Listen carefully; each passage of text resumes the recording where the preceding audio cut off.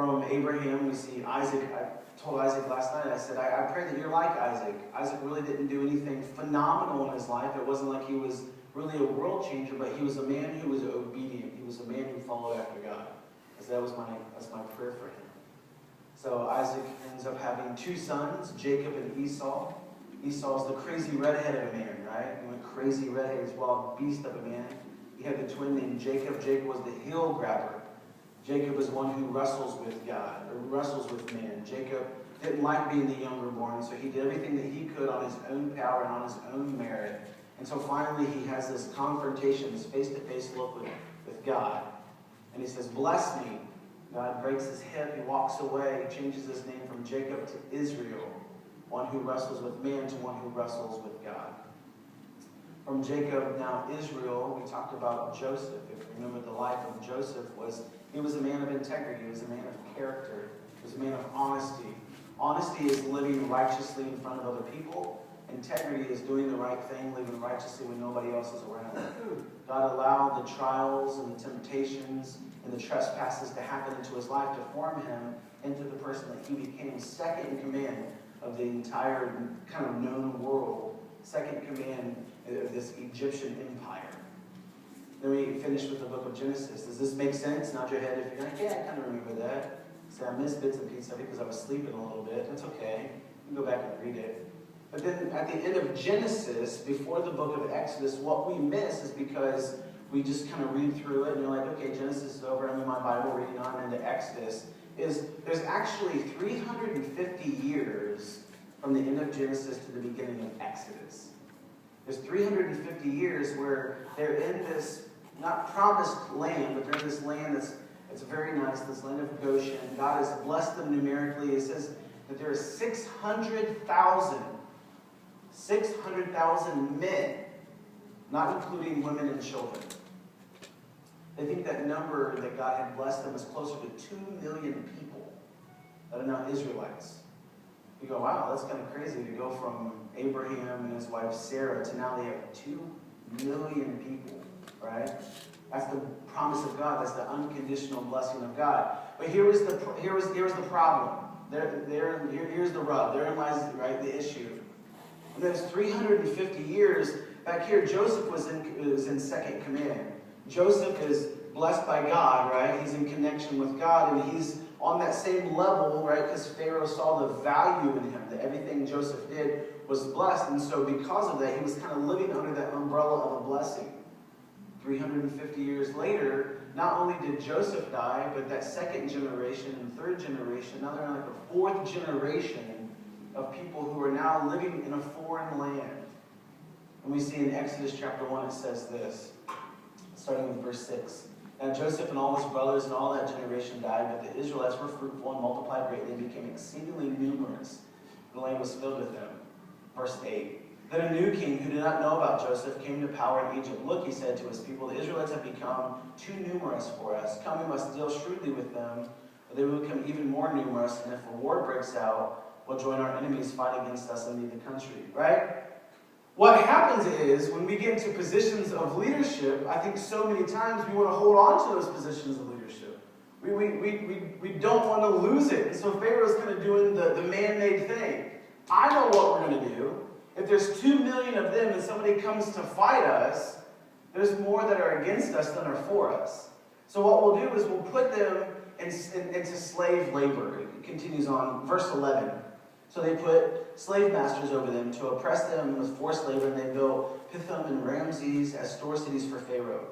But the more they are oppressed, the more that they multiplied and spread, right? I love reading through the Bible because there really is this tension like every turn of the road. Because we think that the blessing would come when there would be no problems, right? And God says the more oppression that they faced, the more problems that they faced, they were multiplied and they were blessed. And God added to their numbers daily. And you're like, really? How does that work? So the Egyptians came to dread the Israelites and worked them ruthlessly. They made their lives bitter with hard labor and brick and mortar with all kinds of work in the fields. In their hard labor, the Egyptian used them ruthlessly. The king of Egypt said to the Hebrew midwives. So that wasn't enough, right? Because he looks and he says, if we break their back with slave labor, eventually what's going to happen is they're just going to cede to our control, right? They're going to become mindless robots. But every time that they kind of press them and press them and press them and press them and press them, God was like, I'm going to continue to bless them and bless them and bless them and bless them and bless them. And so I can imagine Pharaoh getting all together with his wise men going, okay, what can we do now? Like the whole slave labor thing hasn't worked. And I said, well, man, they keep having a bunch of babies. So what if we attack the babies? That's kind of the root of the issue, right? If you kill the baby, then the baby won't grow up to become a man. Yes? The king of Egypt said to the Hebrew midwives, whose names were Shiphrah and Puah, when you help the Hebrew women in childbirth and observe them on the delivery stool, if it is a boy, kill him, but if it's a girl, let her live. The midwives, however, feared God and did not do what the king of Egypt had told them to do to let the boys live. Then the king of Egypt summoned the midwives and asked them, why have you done this? Why have you let the boys live? The midwives answered Pharaoh, Hebrew women are not like Egyptian women. They are vigorous and give birth before the midwives arrive. So God was kind to the midwives, and the people increased and became even more numerous. And because the midwives feared God, he gave them families of their own. And Pharaoh gave this order to all the people. Every boy that is born you must throw into the Nile, but let every girl live. Stop there for him. Right? You can kind of see what's going on, right? What I love about this first chapter of Exodus is it's setting the stage for everything else. Because at Genesis, it kind of ends on a high note. Joseph is there, a man of integrity, they're blessed, and all of his family comes into Goshen, and they're spread out, not 600,000 people, 2 million people. Pharaoh comes along, a new Pharaoh who doesn't fear God, that doesn't respect the Israelites, doesn't understand the history. And he says, what we're going to do is we're going to put them into slave labor, and we're just going to work them and work them and work them and work them and work them. They're either going to die or they're going to bow to us, and we're going to break their backs. The more they're pressed, the more they're blessed. Kind of that tension, right? So Pharaoh comes to the midwives, Shiphrah and Puah, and he says, this is what I want you guys to do. As the Hebrew women go into labor, I want you to kill all the men, but let all the women, all the little girls live. And you look at them and you go, well, why would he do that? Right? It reminds me, I know this is going to be really, really weird, so follow me on my rabbit trail. It reminds me of the Lion King. Right? Say, the Lion King? What is that all about? So you remember there's Mufasa. Mufasa's in charge, right? You know, and then you see Scar. Scar's angry because Scar wants to be in control, and so he kills Mufasa and he blames Simba, and then Simba leaves. Simba meets two characters named Timon and Pumbaa, who I love Timon and Pumbaa, right? They look at this little baby lion cub and like, oh, he's so cute, right? He's this little baby lion. And then Timon is saying, we need to like harness that. We need to catch him. And Pumbaa's like, no! You know the problem with little bitty lions? They grow up into great big lions. They got great big appetites. And have you seen those teeth? I'm afraid he's going to eat us. Right? And Timon's like, no. You're thinking this incorrectly. If we're able to harness him and train him to love us, right, to protect us, then he'll become this voracious fighter protector for us. And Pumbaa's like, right? You say, okay, how in the world does that make sense, right? This is how it makes sense. Because the same thing was happening. If you have this little baby boy, it's just a little baby boy. But what do little baby boys grow up to? Great big men, right? Who are going to lead their families, who are going to be strong, right? That if an Israelite man goes and has a baby, then that baby is going to be an Israelite, and so then thus it continues spawning the problem that Pharaoh has. The problem is he wants to eradicate the Israelites because he's afraid that the Israelites are going to rise up and become this nation, this mighty army that's going to overthrow the Egyptians. So if you kill the baby boys, you kill the lineage, you kill the heirs. But if you let the baby girls live, what we'll do is we'll take our Egyptian men, have them sleep with them, and they have little babies. Well, then the babies become Egyptian babies. You see the problem? Do you see what he's doing? Yeah? If you're trying to like eradicate like a group of people, it's kind of this genocide that he's trying to implement. It's actually a pretty ingenious way to do it. Just kill the babies, the baby boys. Don't kill all the babies. Just kill the baby boys, keep the baby girls. We'll have our Egyptian men marry them. They'll have these little Egyptian babies. Because obviously there's something about Hebrew women that they can have babies. Shiphrah and Puah. And this is what I love. Like, you read this and you're like, the best laid plans of mice and men, right? Pharaoh has this plan and he's ready to implement it. But the problem is, God put Shiphrah and Puah in a pretty important position.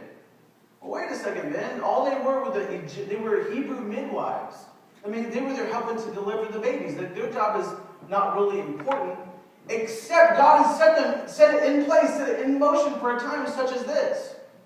Right? That when they were supposed to be killing these babies, they're delivering the babies, and they say to Pharaoh, our bad, my bad.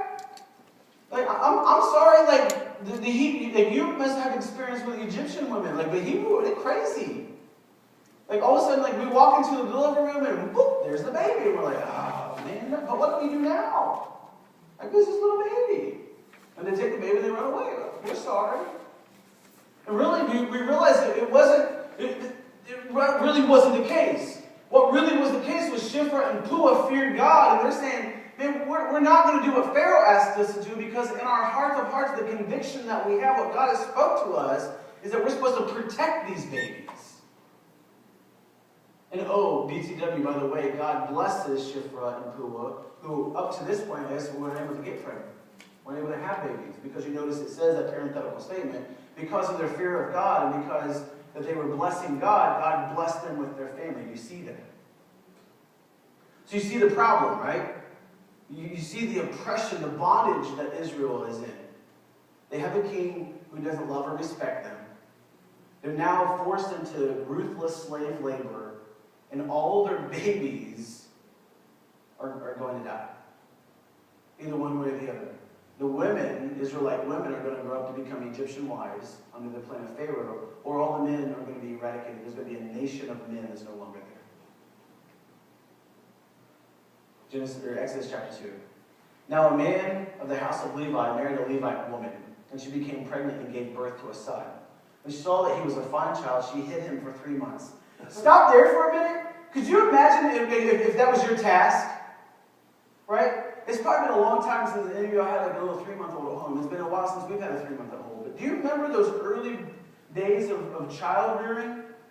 I asked the boys last night, I said, what does a baby do? And they got it right. Eat, sleep, and poop. They know what's there, and they cry. A lot. Right? Could you imagine you trying to hide this baby because you realize, here's the problem. God has blessed us. He blessed us with the son, and you realize all around you is the oppression that if you realize that you have the son, they're going to come and take your baby because it wasn't killed during childbirth, and they're going to throw it in the Nile. And you realize the problem is that 3-month-old babies can't swim. For 3 months. Like, I wish, like, when I get to heaven, I'm going to sit down with all these people, like, when they didn't explain it in the Bible, and say, how did that work? Right? When the baby was crying, like, for 3 months? Like, and you had to feed him. Like, how did that work? I think what happened is, when we really have a God-sized vision, when we really have a God-sized goal, like, we're much more capable as human beings than we even realize. Would you agree with that? Few people do. If not, wait till God gives you a God-sized goal, and all of a sudden you realize, man, there's so much more the capacity to who I am as a human being than I ever thought possible. So for 3 months, they hide Moses. But maybe it's only 3 months because, verse 3 of chapter 2, when she could hide him no longer, right? Because now, at 4 months, they're going to start saying mama and dada, start having some words, they're going to start calling around a little bit. Like, okay, now what are we going to do? Like, here's another problem. She got a papyrus basket for him and coated it with tar and pitch, and she placed the child in it and put him among the reeds along the bank of the Nile. His sister stood at a distance to see what would happen to him. Like,